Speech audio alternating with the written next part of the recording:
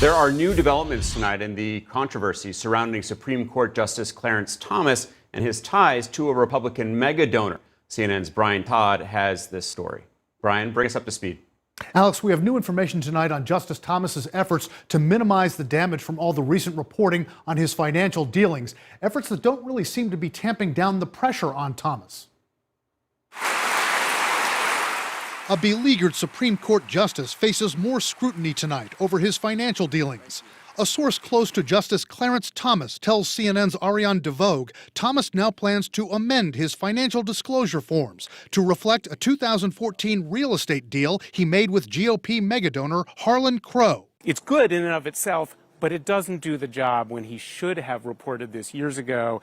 Indeed, Justice Thomas's intent to disclose that deal only comes after a report from the investigative news outlet ProPublica that Thomas had never disclosed the sale of 3 of his family's properties in Savannah, Georgia, to Harlan Crow in 2014. The source close to Thomas says Thomas has always filled out his forms with the help of aides, and that not reporting the real estate deal was simply an oversight. Blaming it on aides is kind of pathetic. I mean, this is somebody who is in one of the most important positions in the country, who had clear ethical obligations.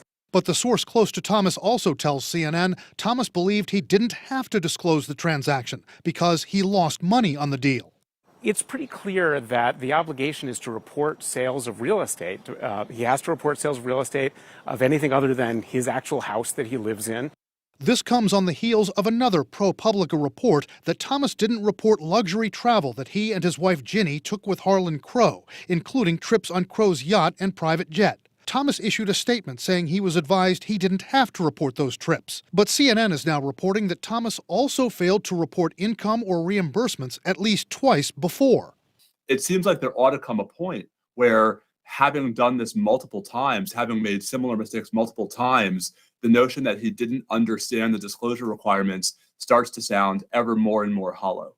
And the Washington Post now reports another oddity in Justice Thomas's bookkeeping, that Thomas has reported hundreds of thousands of dollars of rental income over the last 2 decades from a Nebraska real estate company launched in the 1980s by his wife and her relatives. But the Post says that firm hasn't existed since 2006.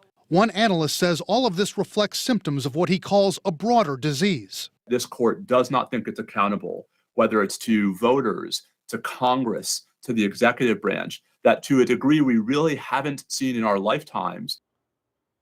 Justice Thomas and his wife have not responded to the Washington Post report on the income they reported from that defunct company. The Supreme Court has not responded to our request for comment on CNN's latest reporting and did not respond when we asked if Chief Justice John Roberts will launch an investigation of Justice Thomas, as top Democrats are calling for. Alex?